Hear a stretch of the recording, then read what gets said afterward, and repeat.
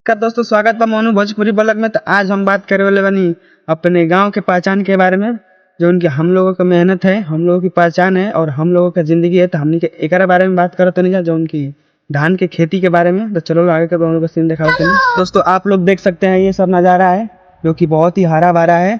और जब बारिश होता है तो गाँव में जब सारा खेत हरा भरा हो जाता है और सब किसान भाई एकजुट हो जाते हैं। एकजुट होकर सब सिंचाई करते हैं, खेत से जुता उता कर मतलब अच्छा से फसल उगाते हैं। तब जाकर हम लोग के करोड़ों मेहनत के बाद, लाखों मेहनत के बाद भाई लोग उसे ऐसा धान होता है, हम लोग को ऐसा मिलता है धान देखने के लिए। बताओ, तो हम लोग कहीं ना कहीं बहुत ही ज़्यादा मेहनत करते हैं। तो फाइनली वीडियो में बने रहिए तो आओ दिखाते हैं आगे का। तो फाइनली भाई लोग तो हम लोग को दिखावते हैं हमने कितना मेहनत कइला के बाद हमने कितना हिसन बढ़ के होला।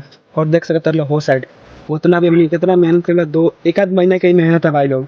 और हमने खाद और जो भी मतलब एक मटेरियल आवेला वो सब डाल के मतलब तैयार करे न जा, कितना मेहनत के बाद भाई लोग तो अब हमनी के जाके देख लो ऐसा धान देखे के मिलेला। देख लो ऐसा धान मिलेला देखे के।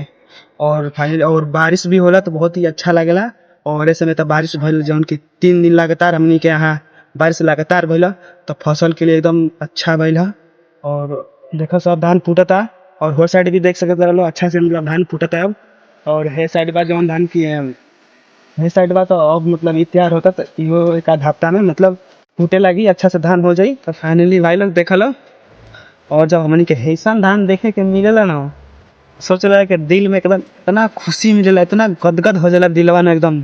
मतलब बहुत ही हंसी आएला, बहुत ही देख के मतलब देखो पूरा मतलब सारा है नी इतना अच्छा लगा था देखे में भाई लोग, एकदम बहुत ही अच्छा लगा था यार। मतलब एकदम पूरा हरा भरा मतलब धान अब निकला था। और बहुत ही हमनी के अच्छा लगा था कि हमनी के मेहनत आज रंग ला दे ठीक बा।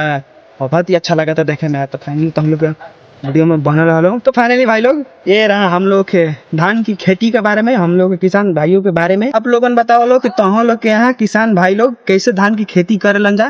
फाइनली भाई लोग तुम लोग का वीडियो अच्छा लगा हो तो लाइक कर लो, कमेंट कर लो, लेकिन सब्सक्राइब कर ना भूली हलो। और मिलता नहीं जाए सही एक नया ही जोरदार ब्लॉग में। तब तक के लिए जय किसान, जय भारत।